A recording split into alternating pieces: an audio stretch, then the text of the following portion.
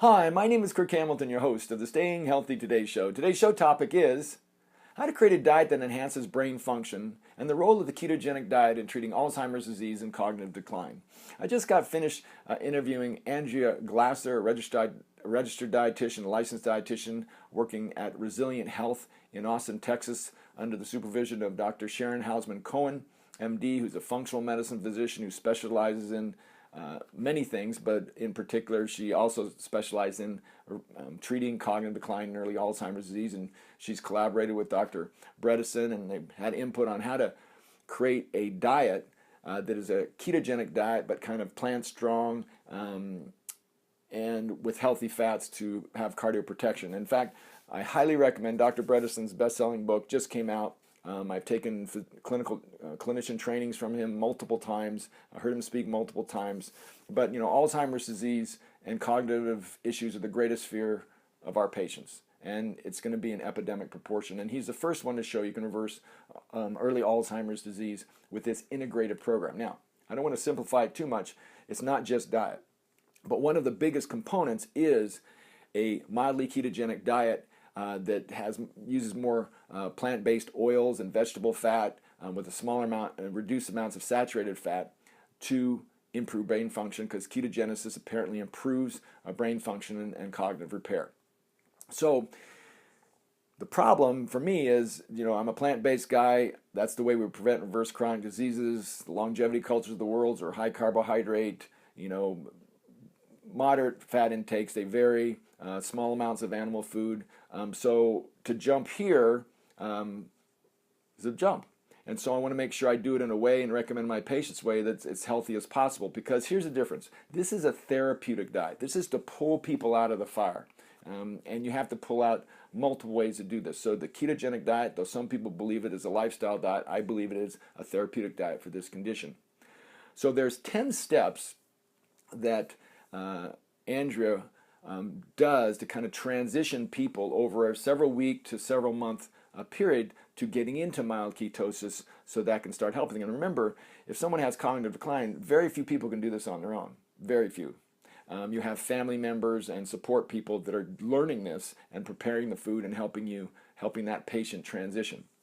So I'm going to read off, I can't remember them all, so I'm going to read off some of the 10 steps. But the first step that they have the patient do is get rid of all processed carbohydrates or junk carbohydrates that every diet pattern agrees on, the cakes, the muffins, the crackers, the chips, those kinds of things, and the sugary foods. But also get rid of grains, first time, all grains. So those are out the first time, the step number 1. Step number 2, 3, and 4 are trying to improve and trying to teach people how to make a style of breakfast that would fit the mild ketosis model, and that's reducing the actually good complex carbohydrates and increasing more plant fats and more vegetables and lean amounts of animal protein. So you do that. She does that for breakfast, lunch, and dinner. So those are steps 2, 3, and 4, helping people just one by one change those things. And then step number 5 is to add what's in Dr. Bredesen's book, and tell my patients is you want to go on a 12-hour fast at least every day. So from the time you stop eating dinner till the time you have breakfast in the morning should be at least 12 hours, because the brain hormones are secreted during that time when you have that fasting, and the brain can actually literally, like a little molecular Pac-Man, clean up the garbage. And so you want to have that every night. The next is, step 6 is to stop snacking in between meals. You want to extend that fasting period. And if you snack, Andrea says the go-to is usually nuts and seeds. Then you want to minimize saturated fat. So that means you're going to have small amounts of skinless chicken or lean beef, but more an emphasis on fish and nuts and seeds and lots of vegetables. So you want to reduce the saturated fat. The next is how do you do this eating out? So she has the next step of teaching people how to eat out and do this. The next 9 and 10 steps are kind of similar. They're now finally, after you do all those steps, you just don't throw people into testing their ketones the first week. So step 9 is to try and test it in your urine.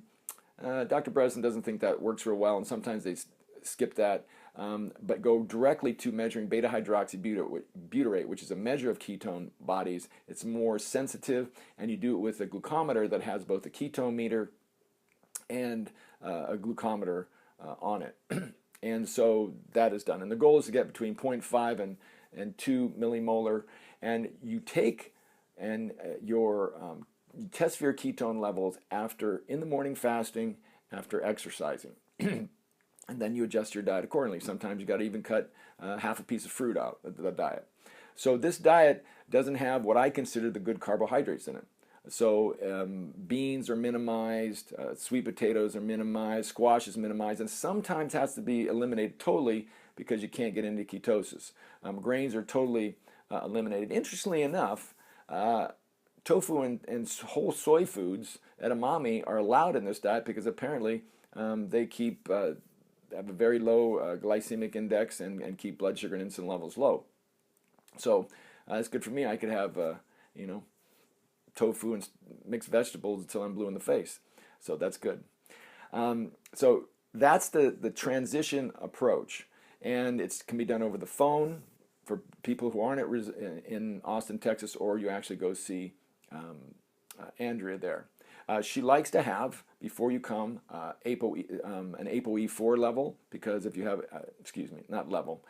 the test for the gene, if you have the gene, you have an increased risk of vascular disease and also Alzheimer's disease, and also likes to know your lipid levels before you start, see if they change, go up or down.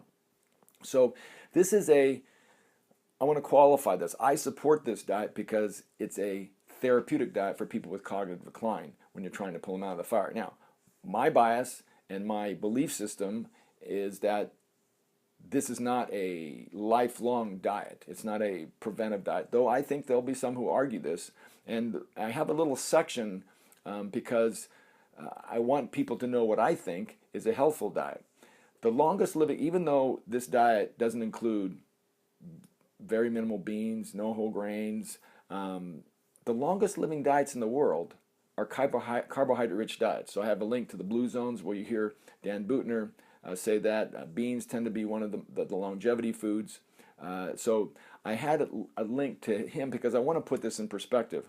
I want people to do this diet and do it correctly in the safest way possible for cognitive decline and Alzheimer's disease.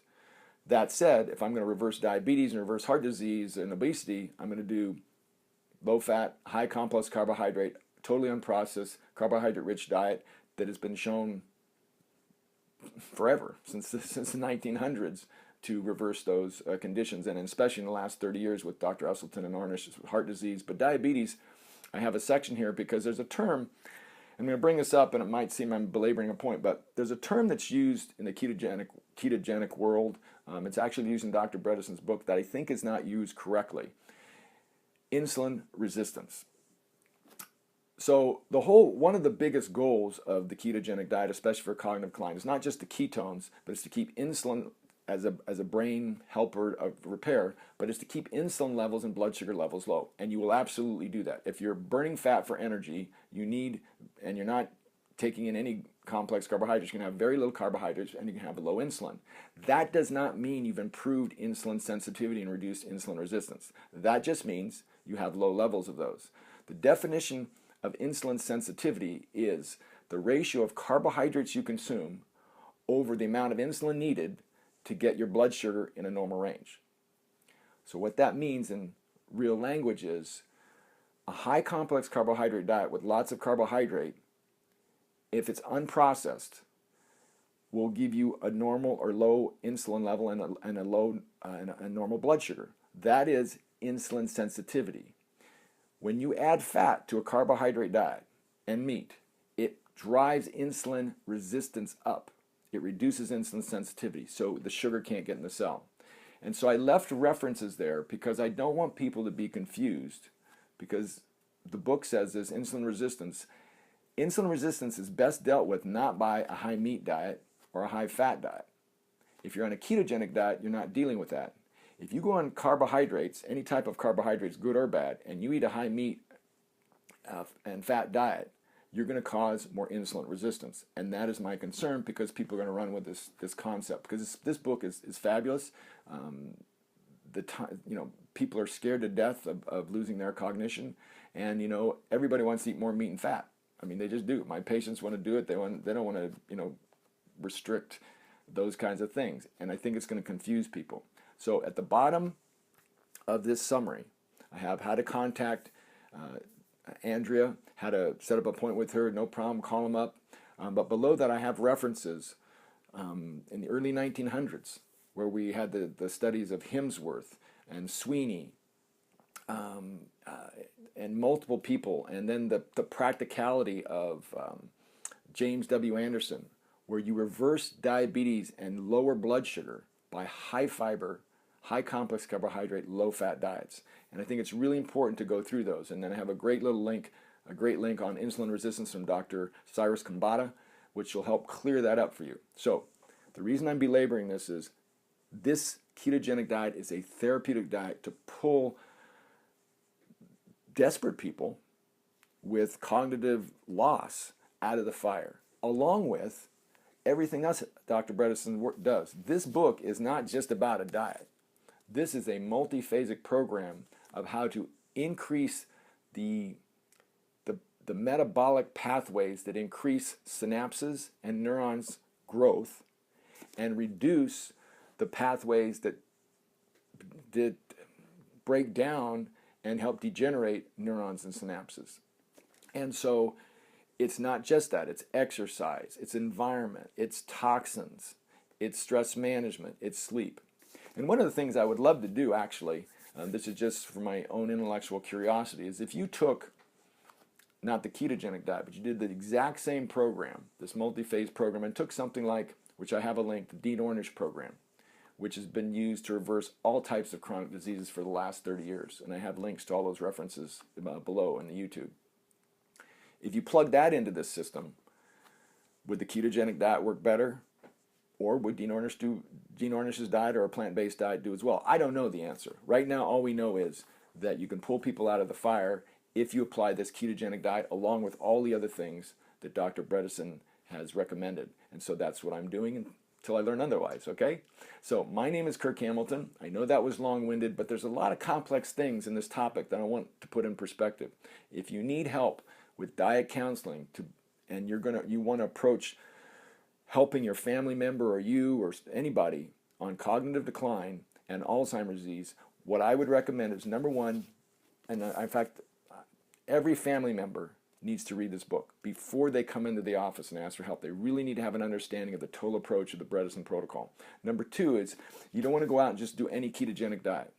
I would very much recommend that you have a consult, 2, 3, couple of them, if the book is not clear enough for you, with Andrea Glasser or somebody else who studied under Bredesen or colleagues of Bredesen, because you don't want to have any old type of ketogenic diet.